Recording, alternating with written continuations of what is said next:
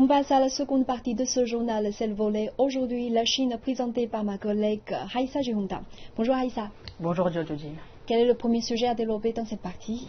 On va débuter par le phénomène de l'Ice Bucket Challenge qui touche également la Chine. Internet et les médias sociaux en Chine et dans le monde entier sont inondés depuis quelque temps par des photos et vidéos de l'Ice Bucket Challenge ou le défi du seau d'eau glacé. Le principe, se renverser un seau d'eau glacé sur la tête et pour la bonne cause. La campagne virale vise à collecter de l'argent pour la recherche sur la sclérose latérale amyotrophique, également appelée en France la maladie de Charcot. Et grâce au soutien de célébrités, les dons affluent, mais plus important encore, cette maladie rare attire enfin l'attention du grand public. CCTV a rendu visite à un patient atteint par cette maladie dans la province du Jiangsu, dans l'est de la Chine. Reportage. La première fois que de nombreux Chinois ont entendu parler de la maladie de Charcot, c'est quand l'actrice Zhang Ziyi a relevé le défi du seau d'eau glacé. Mais pour Chen Changming, 41 ans, diagnostiqué avec la maladie de Charcot, c'est une réalité quotidienne. Avant sa maladie, Chen Changming était un ingénieur dont les travaux sur des ponts dans la province voisine du Zhejiang lui ont valu des prix. Il est maintenant cloué au lit depuis plus de 3 ans. Sa femme a été le témoin de la manière dont la maladie de Charcot draine l'énergie de son mari. Ça a commencé par un pas traînant en 2010, puis ça a empiré. Il avait de moins en moins de force dans ses jambes.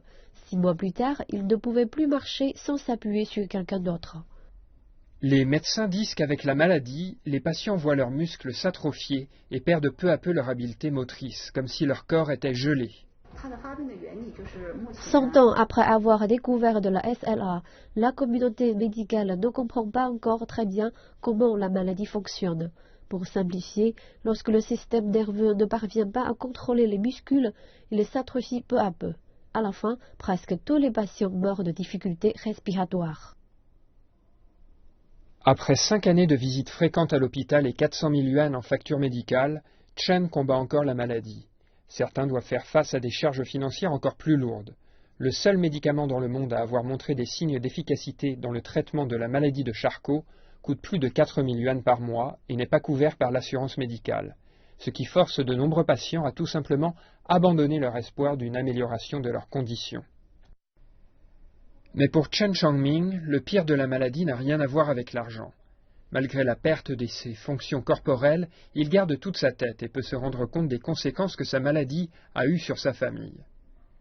Sa femme quitte rarement la maison car son mari a besoin d'une attention constante. Elle ne dort pas beaucoup non plus et l'aide à se retourner dans son lit 15 fois par nuit en moyenne. Leur fille de 10 ans est maintenant devenue une infirmière à domicile qualifiée qui aide à extraire le mucus de son père.